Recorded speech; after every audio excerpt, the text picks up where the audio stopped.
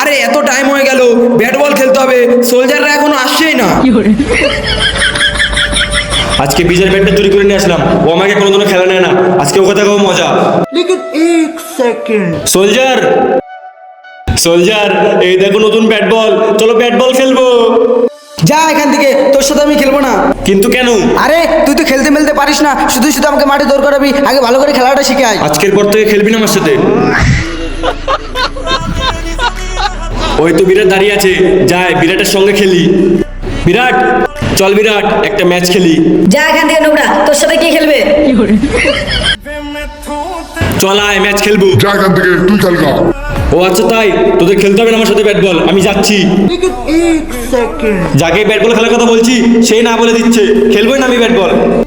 আরে এখানে তো ব্যাট বল ছিল, কোথায় চলে গেল? এই নাও তোমার ব্যাট বল, আজ থেকে বড়দের ব্যাট বল রাখবে না, এখানে ডিউটি করতে আসো না ব্যাট বল খেলতে আসো।